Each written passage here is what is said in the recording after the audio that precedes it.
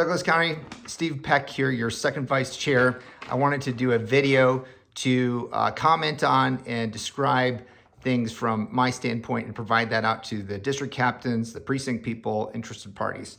I'm going to talk about the Get Out the Vote effort, what our final numbers were. I'm going to talk about what happened here in Colorado, what happened in Douglas County, and then probably provide some thoughts around things happening around the nation.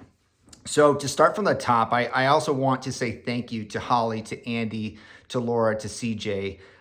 They were all members of the Get Out the Vote committee. The five of us were ultimately accountable for what happened. And the good news is we had a goal of hitting 30,000 doors, and our most conservative number, a combination of campaign sidekick and voter spectrum, I just got this update from CJ, was 29,454 doors. So thank you for every volunteer, district captain, precinct person who went out there and tried to make a difference. I think you got to show up. You've got to show up, and we did.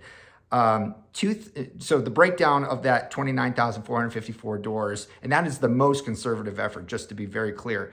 It's likely that we had another 2,500 to 3,500 doors that were hit that were not ultimately captured by campaign sidekick, because we had people saying they hit a specific neighborhood but did not go into campaign sidekick to indicate that. So according to campaign sidekick numbers, we had 22,816 doors that were knocked. And then in voter spectrum, we had 6,638 doors that were knocked. So again, combination of 29,454. Really, that is the most conservative estimate. And that does not include the phone calls that were made or other independent third-party groups or specific campaigns that might have come in and done work that was independent of the county party. So when you think about okay, the election was not good at all for our party. I mean, I think it's tough to say to put a smiley face on a pretty tough situation. And as we go through the numbers, I'll let them speak for themselves. But when you think about, well, why did things go a certain way? Was it the candidates? Was it the messaging? Was it the money? Was it the technology? Was it the strategy? Was it the volunteers? There's a lot of different factors that go into whether an election is a success or not. But we'll get into some of what my observations are. But from a Get Out the Vote effort, I mean, anybody that volunteered, you saw the turnouts at the parades, you saw the turnouts at our training events at the libraries. You saw and participated in the lit stuffing events. Those were awesome. And so were our door knocking efforts. So I also want to recognize Mike Dixon and Scott and Luke Johnson. They were, we had, there's so many names, and I'm going to list some of them off. Jan Cook. Those were Alita Yu out in Parker. Everybody did what they had to do to get to our 30,000 number, which I'm proud about. So I don't see it as a failure of action. We got out there, we got after it. But I'm going to go through some other numbers here that I think tell the other side of the story. So I'm going to start with where are my numbers here? So Jared Polis ended up winning. We're talking about statewide numbers here. In 2018, when he first ran against Walker Stapleton, there was a total of 2.5 million votes cast. It was over 2.5 million. This year, there's statewide 2.1 million votes cast. So almost a decrease of 450,000 fewer voters at a time where we're gaining a congressional seat. So it's tough to say. Well, you can draw your own conclusions there. We've got more people and fewer voters. Why? And in the state of Colorado, Jared Polis won in 2018 with 1.3 million votes against Walker Stapleton's 1.1 million votes. This time around, Jared Polis won with 1.2 million votes, and Hardy Ganal got 860,000 votes. So although Polis's absolute votes went down about 100,000. I'm rounding here. The percentage that he won by went from 53% up to 57%. So that's tough. The other interesting thing is if you look at Heidi Ganahl and the campaign she ran, which by the way, I like and have a great deal of respect for both Heidi Ganahl and for Danny Moore. I think they ran a great campaign. I think they're both just such exceptional people, Americans, patriots, business leaders, and it's Colorado's loss that they are not running our state for the next 4 years. That is an absolute miss. And but here we are voting for affordable housing and legalizing mushrooms and LSD. So I guess that's consistent. But what I do want to call out, and I'm not saying that I like this or agree with this, I actually don't, but this is just the facts. Heidi Ganahl ran a bit more of a conservative campaign than O'Day did. The truth of the matter is O'Day got more votes than Heidi Ganahl did. So if you think about how O'Day ran, he did not want to run as a Republican. He's very clear about that. He said that he was pro-abortion up, past 20 weeks. And he said that if Trump were the nominee, that he'd actively oppose him. Heidi did not say those things. She ran closer to the base. I'm not saying that she was, based, but she ran closer to the base.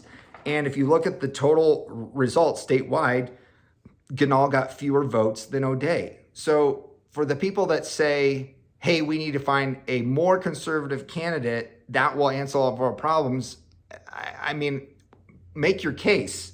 Make your case. Do I wish that Heidi Ganahl was more conservative or ran a more conservative campaign? Sure. If wishes were horses, beggars would ride. That's just not where we're at. That's just not what happened. That's just not this state. This state is as blue. Colorado is as blue as Florida is red.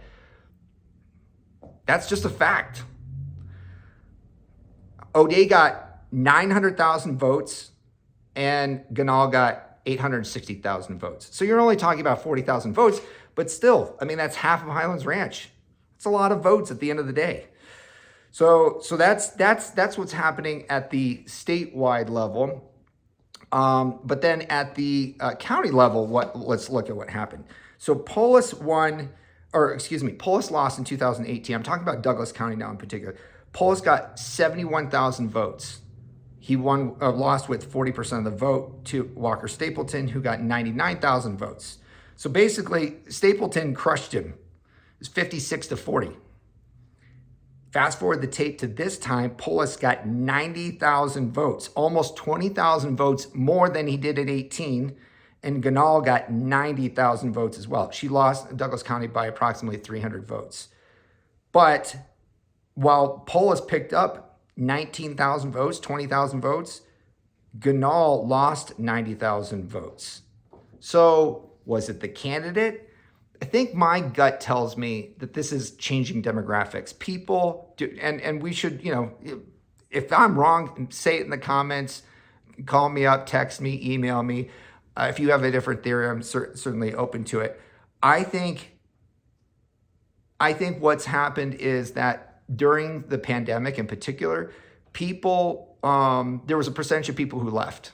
They saw the trajectory of the state and they left. I know for a fact, Chris Holbert, our state senator, left for Florida. So this is a thing. This isn't like, how widespread is it, I guess is the question. I know of several people who left for Tennessee, 2 families that left for Tennessee. Chris Holbert left for Florida. I know other people that have left for more conservative states. Was it strictly for politics? It's always a complicated thing why somebody leaves, but I would challenge anyone who says anything differently. While you've got new cities like Sterling's Ranch that are being built and attracting new people into the state, that's going to change the composition of the county. And you have people who said this isn't the Colorado that I grew up with, also changing the party. I think another thing is at play here, and it's hard for Republicans to understand this, but I think it's somewhat true. Jared Polis, while we see him as a total menace, and I think what he did during the lockdowns was abhorrent, I talked to a business leader who's a Republican and kind of more of a generic Republican, and he said, I played basketball with him. He's like, you know what, Polis will win, And I thought, well, at the time, okay, that's interesting. Why do you think he's going to win? Why is it so apparent to you? And I think he is seen as mostly pro-business. Now, Danny and Heidi are small business entrepreneurs that created their own thing, and I guess you could say the same thing of Polis, but I see him more of a crony type capitalist than I do of a small business guy. But it's just interesting anecdotes there. Let's see here. What else do I want to talk about? Oh, I guess just from a macro standpoint, look, there's no statewide candidates who won that are Republican. And of our 8 congressional seats, we currently have 2 that we have. I mean, Lauren Boebert is in a fight for her survival.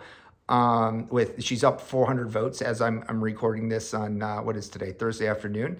And we'll see if she prevails. But even if she wins and Barbara Kirkmeyer is close too, you're talking about a tough situation, I think, for both congressional districts moving forward. So, best case scenario, we get half, 4 out of 8. Worst case scenario, you get 2 out of 8.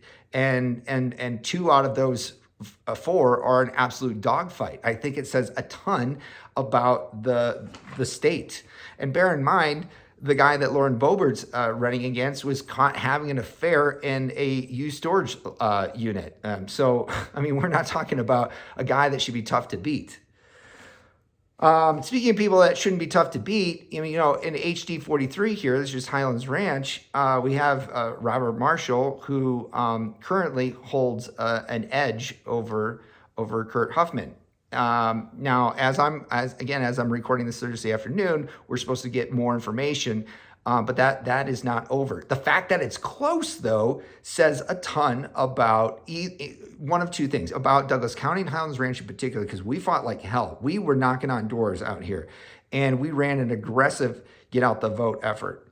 And don't ask, you can ask numerous people what we did out here.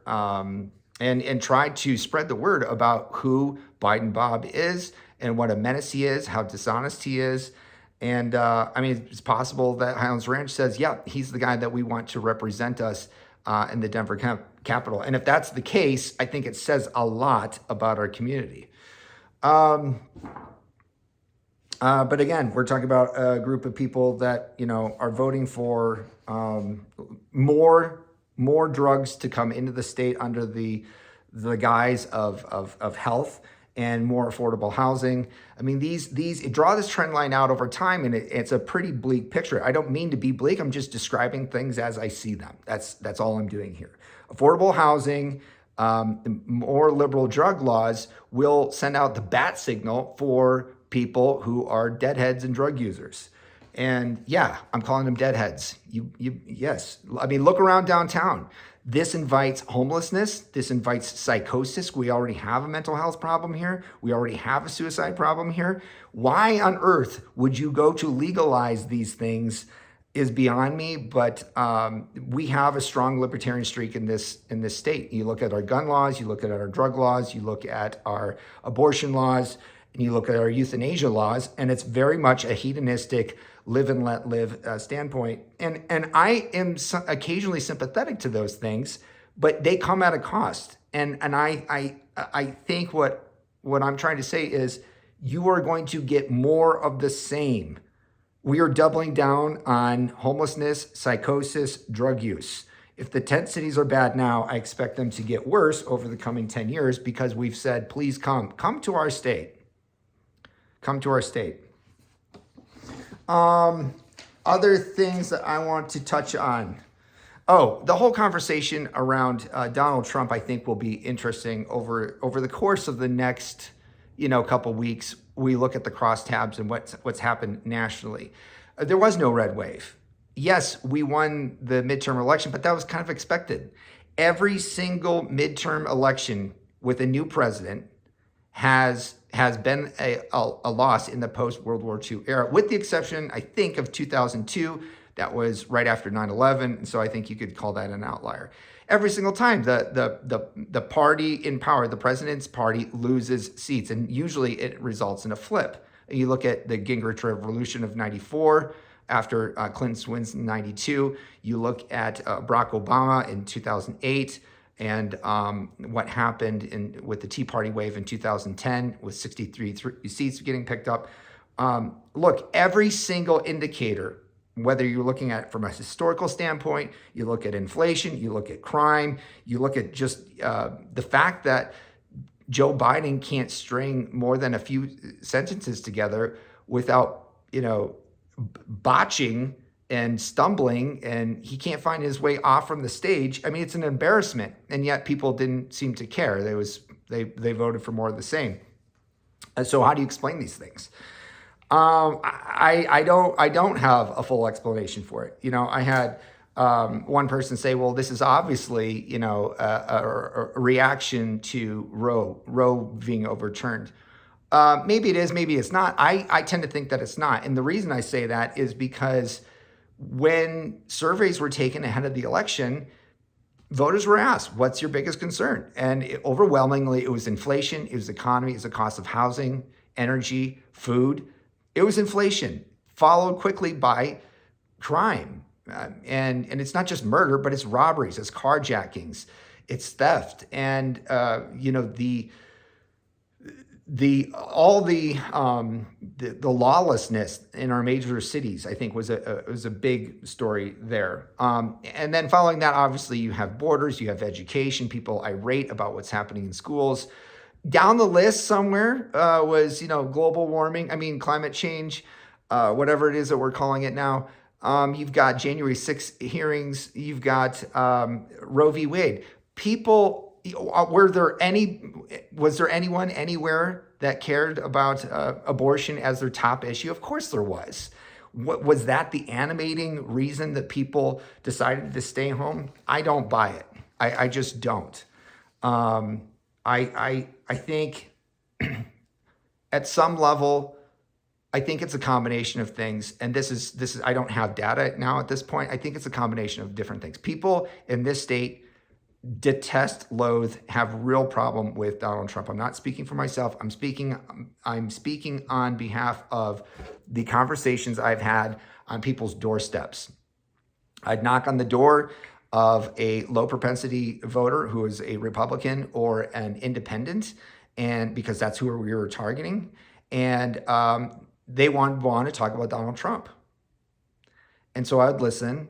And then ultimately, at the end of the day, I would have to say, well, while I hear your concerns about Donald Trump, Donald Trump's not on the ticket. And I tried to say it in a way that was very, real and not condescending or anything. Donald Trump's not on the ticket. This election's more about who's going to represent you in Denver, who's going to represent you as your county commissioners, as your sheriff, etc. These are more local elections, and so we're asking for your vote for these reasons. We're gonna tackle inflation. We're gonna tackle crime. We're gonna get back to putting you, the individual and the individual family or business owner, front and center, and ask government to take a step back. But they would want to talk about Trump. They want to talk about Trump and how much they dislike Trump, how much he's an insurrectionist, that they don't support him, that, no one said, well, he's literal Hitler, but, it's that kind of messaging. I think in addition to Trump is the whole, because whether or not he was actually on the ballot, I think indirectly he was on the ballot. I believe that. And so people that are anti-Trump had that in mind, especially here in Colorado.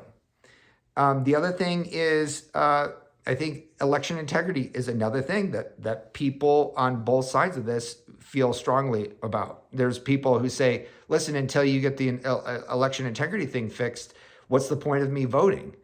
The other side says, look, the last thing we should be talking about is election integrity. That's third rail type material. Of course, our elections are secure. There's nothing to see here. We need to be focused on the future and have a message that is going to resonate with people.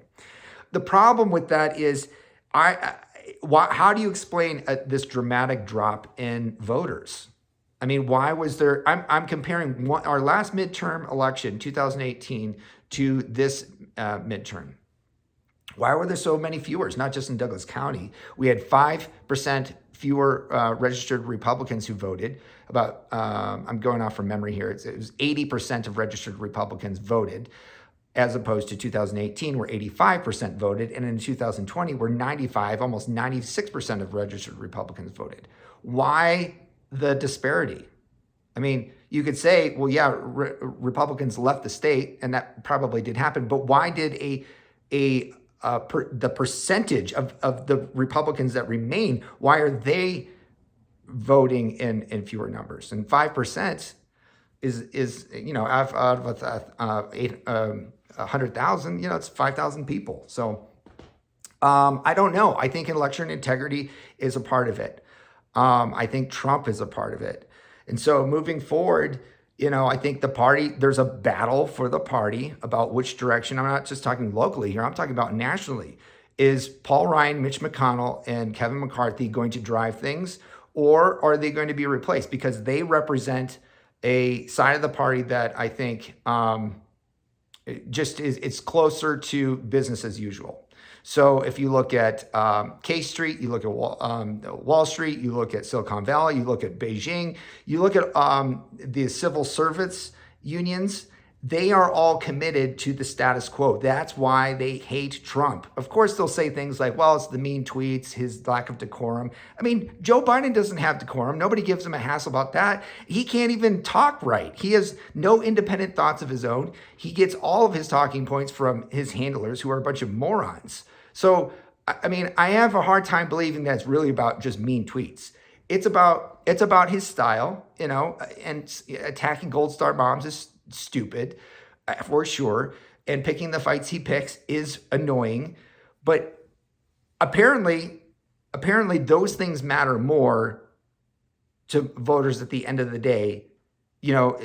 Mean tweets matter more than the fact that we were energy independent, that the border was sealed, that we weren't participating in other wars. Those things are secondary to the fact that he had mean tweets and that his decorum was unfitting of the presidency. Okay, so that's where we're at. A majority of Americans believe that. They would rather have what we have right now. And the election obviously supports that. So where does that put the party moving forward? I think a lot of people are going to say, it's time to turn the page. And I will paraphrase some of the comments I've heard. I mean, I know people that have been Trump supporters, like diehard Trump supporters, that have been messaging me over the last 48 hours saying it's time to turn the page. A guy from Kentucky, my sister out in at the Atlanta suburbs, said she's got people that stayed home because they opposed Trump so much. Doesn't make any sense, but that's where they're at. I had a guy here locally who said, it's done. I'm so sick and tired of Trump. And he was a Trump flag waver. So, make of it what you want. Is it time for Trump to kind of depart left? Maybe it is. But I will tell you this, even if he does, don't kid yourself for 1 second that all the hatred and vitriol and name calling and lies that are heaped on Donald Trump, that won't also appeal or be applied to whoever the next nominee is. You think Glenn Youngkin won't be called that, or